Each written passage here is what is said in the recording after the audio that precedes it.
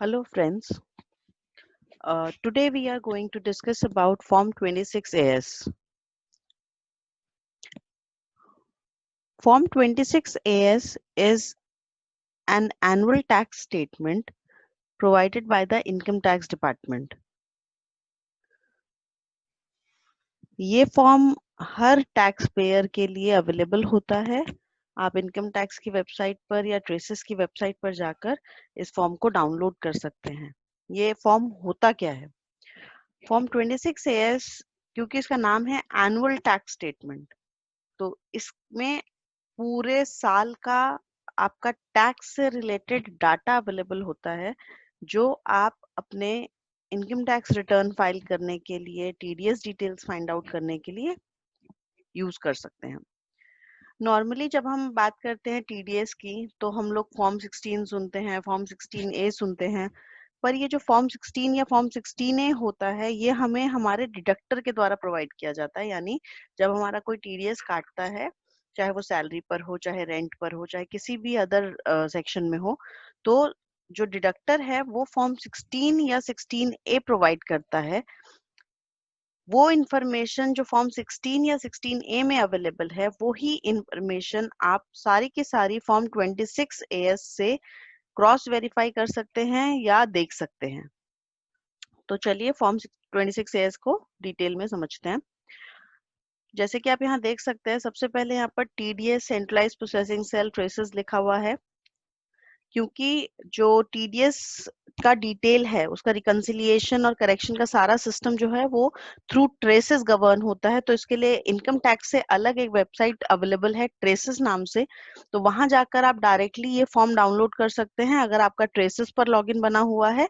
नहीं तो आप इनकम टैक्स पे अपना इनकम टैक्स लॉगिन करेंगे, वहां से रीडायरेक्ट आप ट्रेसेस की वेबसाइट पे हो जाएंगे, जहां पे आपको 26AS डाउनलोड का ऑप्शन मिलता है। आप पीडीएफ में भी डाउनलोड कर सकते हैं। अगर आपको सिर्फ व्यू करना है तो HTML व्यू आप ऑनलाइन भी कर सकते हैं। इट इज एज पर दी यूजर, जो जैसे उसको अच्छा लगे वो उसको यूज कर सकते हैं। Form 26AS Annual Tax Statement under Section 203AA of the Income Tax Act 1961।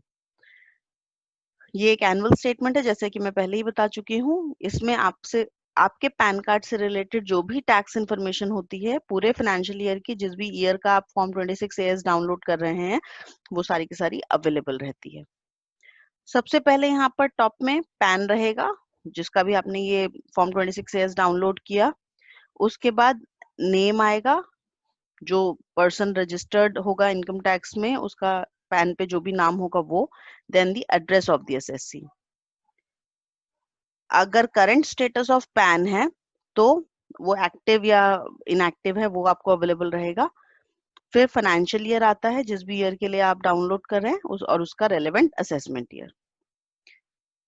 उसके बाद जब हम नीचे स्क्रॉल करेंगे, तो ये जो फॉर्म है ये अलग अलग पार्ट्स में डिवाइडेड है। जैसे कि यहाँ पर आपको एक पार्ट ए दिखाई दे रहा है, और नीचे जाएंगे तो part A2, B, C, D, इस तरीके से अलग अलग पार्ट्स में ये फॉर्म 26AS डिवाइडेड है। तो चलिए अब समझते हैं कि ये अलग अलग पार्ट्स में क्या इंफॉर्मेशन अवेलेबल रहेगी। तो फर्स्ट ऑफ ऑल जो पार्ट ए है, पार्ट ए में कंटेन होता है आपका टीडीएस का डिटेल। आपका जितना भी टीडीएस, चाहे किसी भी सेक्शन में कटा हुआ टीडीएस है, अगर वो इंटरेस्ट, रेंट, सैलरी, कॉन्ट्रैक्ट, जो अलग अलग हमारे 192, 194, 194C, 194J सेक्शंस होते हैं, तो उन सभी में जो आपका टीडीएस डिडक्टर ने डिडक्ट किया है, उसकी सारी इंफॉर्मेशन विद डेट्स यहाँ अवेलेबल रहती है।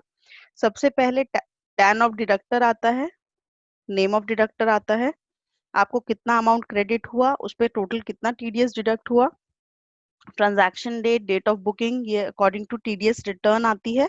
और सारा इंफॉर्मेशन यहाँ पर आपको अवेलेबल हो जाएगा, जो कि आप अपने फॉर्म 16 से मैच कर सकते हैं। उसके बाद पार्ट A1 में आती है आपकी TDS details for 15G and 15H। मतलब अगर आपने अपने डिडक्टर को फॉर्म 15G या 15H दिया हुआ है फॉर लोअर डिडक्शन और नो डिडक्शन ऑफ टीडीएस, और आपके डिडक्टर ने आपका टैक्स नॉर्मल रेट से कम काटा है या नहीं काटा है, तो उसकी डिटेल यहाँ पर अवेलेबल हो जाती है। पर यहाँ पर इस एसएससी के लिए ऐसा कुछ था नहीं, इसलिए ये ब्लैंक है। उसके बाद में A2 में डिटेल्स आती हैं उस टीडीएस की जो आपकी इमूवेबल प्रॉपर्टी ट्रांजैक्शन या रेंटिंग ऑफ प्रॉपर्टी या पर्टिकुलर सेक्शंस जो अलग अलग सेक्शन स्पेसिफाइड हैं 194 IA, 194 IB, 194 M, अगर उन सेक्शंस में आपका टीडीएस कटा हुआ है तो उसकी डिटेल यहाँ पे अवेलेबल हो जाती है पार्ट A2 में।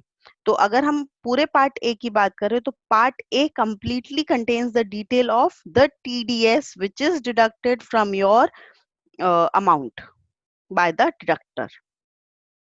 नेक्स्ट जो पार्ट बी है, it contains the detail of TCS, tax collected at source. अगर आपके पैन पर कोई टैक्स कलेक्शन हुआ है ड्यूरिंग द फाइनेंशियल ईयर तो उसकी डिटेल पार्ट बी में अवेलेबल हो जाएगी। अलग अलग सेक्शंस में टैक्स कलेक्शन एट सोर्स होती है, तो जो भी रेलेवेंट सेक्शंस होंगे वो सब यहाँ पर अवेलेबल हो जाएंगे। Part C contains the details of taxes paid other than TDS and TCS, यानी ए और बी में जो इंफॉर्मेशन ऑलरेडी आ चुकी है उसके अलावा अगर आपने कोई टैक्स की पेमेंट करी है यूजिंग चालान 280, इनकम टैक्स चालान 280 का इस्तेमाल कर अगर आपने कोई टैक्सेस की पेमेंट करी है, या वो एडवांस टैक्स हो या सेल्फ असेसमेंट टैक्स हो, तो वो सारी डिटेल यहाँ पे अवेलेबल हो जाएगी। तो A, B एंड C तीनों ही जो पार्ट्स हैं, इन तीनों पार्ट्स में आपका रेलेवेंट फाइनेंशियल ईयर में जितना टैक्स गवर्नमेंट के पास गया है, चाहे वो in the form of TDS हो और in the form of TCS और in the form of taxes paid through self assessment और एडवांस टैक्स, वो सब यहाँ पर अवेलेबल हो जाता है। After that there is part D. Part D contains the details of paid refund. अगर आपका कोई प्रीवियस ईयर्स की इनकम टैक्स रिफंड हुई है, तो इनकम टैक्स रिफंड अगर आपके अकाउंट में ट्रांसफर हुआ है during the relevant financial year for any previous year, तो उसकी डिटेल यहाँ आती है। उसके बाद में पार्ट ई है details of SFT transactions. SFT मतलब सीरियस फ्रॉड ट्रांजैक्शंस। तो यहाँ पर अगर आपके अकाउंट में कोई SFT ट्रांजैक्शंस हुई हैं जिसको कि यहाँ पर आपको दिख रही हैं कोई transaction, that is as per income tax database वो ट्रांजैक्शंस फ्रॉड ट्रांजैक्शन मानी जा सकती हैं अगर उसका कोई जस्टिफिकेशन डिपार्टमेंट को नहीं मिला तो वो transactions can be cash deposit in huge amount directly into the account, या इसी तरीके की कोई और ट्रांजैक्शन जो कि कैश फॉर्म में जनरली होती हैं, तो वो यहाँ पर विजिबल होती हैं। इसके बाद में details of tax deducted at source on sale of immovable property 194 IA, TDS of rent 194 IB, professional 194 M। तो बेसिकली जो पार्ट ऊपर था एक यहाँ पर A2 में, यहाँ पर आप अगर ये ब्रैकेट ध्यान से देखें तो ये फॉर सेलर था, यानी from sellers point of view अगर कोई TDS है तो वो यहाँ आएगा। अगर आप बायर की रोल में है कभी इस सेक्शंस में तो उसका TDS डिटेल यहाँ आएगा। तो यहाँ पर डिडक्टर डिडक्टी के हिसाब से ट्रांजैक्शंस को दोनों को यहाँ पर शो किया गया है। And last is part G which contains TDS defaults. अगर आपकी कोई TDS रिटर्न्स आपके पैन नंबर आपके टैन पर गई हैं और उसमें कोई defaults in the form of late filing fee, interest, तो वो अगर आपका डिफॉल्ट कोई चल रहा होगा तो वो यहाँ पर रिफ्लेक्ट हो जाएगा। So basically it is a consolidated form which contains the detail across income tax TDS for a relevant PAN. तो आपको अलग अलग जगहों से अलग अलग इंफॉर्मेशन लेने की जरूरत नहीं है, एक ही फॉर्म में आपको सारा अपने पैन कार्ड से रिलेटेड फाइनेंशियल ईयर का जो मेन इंफॉर्मेशन होती है वो सारी अवेलेबल हो जाती हैं। इवन इस टाइम पर गवर्नमेंट ट्राई कर रही है कि इसमें और चीजों को इनकॉर्पोरेट किया जाए ताकि और ट्रांसपेरेंसी आए सिस्टम के अंदर। So this was all about Form 26AS. I hope I have made myself clear. In case of any doubts and queries, you can write in the comment section for your resolution. Thank you.